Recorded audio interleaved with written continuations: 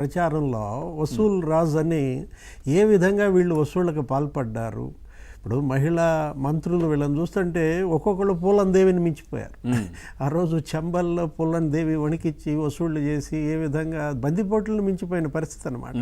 అంటే రైతుల నుంచి వసూళ్ళు, అసలు సొంత పార్టీ వాళ్ళ నుంచే వసూళ్ళు. ఇవాళ బాధితులంతా వరుస పట్టారు. ఇప్పుడు ఈ ఉన్నారు ఎవరు, విడుదల రజని, వసూళ్ల రజనిగా ఆమె పేరు పడిపోయింది.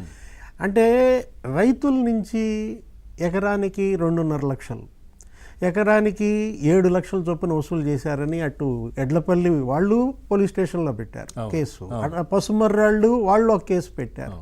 అంటే 50 ఎకరాలు ఫస్ట్ లేఅవుట్ వేస్తే వాళ్ళందరి దగ్గర 1,16 లక్షలు వసూలు చేసినట్టు. వాళ్ళు కేసు పెట్టంగానే వెంటనే వెళ్ళి వాళ్ళతో మాట్లాడుకుని 90 లక్షలు ఏదో మళ్ళీ వెనక్కి ఇచ్చినట్టు, ఇంకా 26 లక్షలు పెండింగ్ ఉన్నట్టు. ఆ పసుమర్రులో కూడా అదే, అక్కడ ఒక్కొక్కళ్ళ దగ్గర ఎకరం 7 లక్షల చొప్పున వసూలు చేసినట్టుగా ఆమె. అంటే వసూళ్ళ రజని అనే పేరు ఆమె వచ్చిందంటే ఇప్పుడు సాక్షాత్తు సొంత పార్టీ నాయకుడు అతను ఎవరు ఉన్నారు, రాజేష్, మల్లెల రాజేష్ నాయుడు, అతనే ఆరోపించాడేమని. నాకు చిలకలూరుపేట టికెట్ అమ్మేసి 6 కోట్లు తీసుకున్నారు, సజ్జల పంచాయతీ చేశాడు, ఎంత ఏదో 3.5 కోట్లు ఏమి ఇచ్చారు, ఇంకా నాకు ఇంకా 3 కోట్లు ఇవ్వాలనో అతను. ఇప్పుడు రాజేష్ బహిరంగంగా చేసి అసలు సుమోటాగా కేసులు రిజిస్టర్ చేయాలి. ఇవాళ రాజేష్ వచ్చి ఫిర్యాదు ఇచ్చినా ఇవ్వకపోయినా కూడా పాత వీడియోలు ఇవన్నీ తీసి రైతుల కేసులు, ఇవాళ పార్టీ వాళ్ళ కేసులు, ఇప్పుడు ఇది ఏది ఇప్పుడు మీరు చెప్తున్న జాషువా ఆ స్టోన్ క్రషర్స్ ఆడి దగ్గర. అంటే ఇప్పుడు 10 కోట్లు ఇస్తావా సస్తావా, లేకపోతే 50 కోట్లు జరిమానా వేయమంటావా?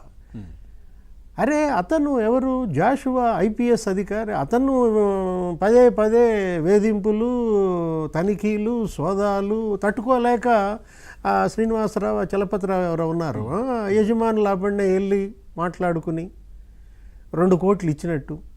ఎవరికి, ఆ రజని మరిది గోపి ఇంటికి వెళ్ళి ఇప్పుడు వాళ్ళ నివాసం పురుషోత్తపట్నంలో వాళ్ళ నివాసానికి వెళ్ళి మరీ ఇచ్చారు. 10 లక్షలు జాషువాకు 10 లక్షలు ఇచ్చినట్టు, మళ్ళా మరి గోపికి మళ్ళా ఇంకో 10 లక్షలు ఇచ్చినట్టు వారి భాగస్వామి చేత ఇప్పించారు. అంటే వ్యాపార భాగస్వాములు ఉంటారు కదా సార్, వాళ్ళతో మళ్ళీ 20 లక్షలు చెరి 10 లక్షలు. అంటే నీ నియోజకవర్గంలో స్టోన్ క్రషర్స్ నిర్వహించాలంటే ముడుపులు, ఇసుక క్వారీలు నిర్వహించాలంటే ముడుపులు, పెద్ద ఎత్తున ఎలా వీళ్ళు ముడుపులు వసూలు చేశారో.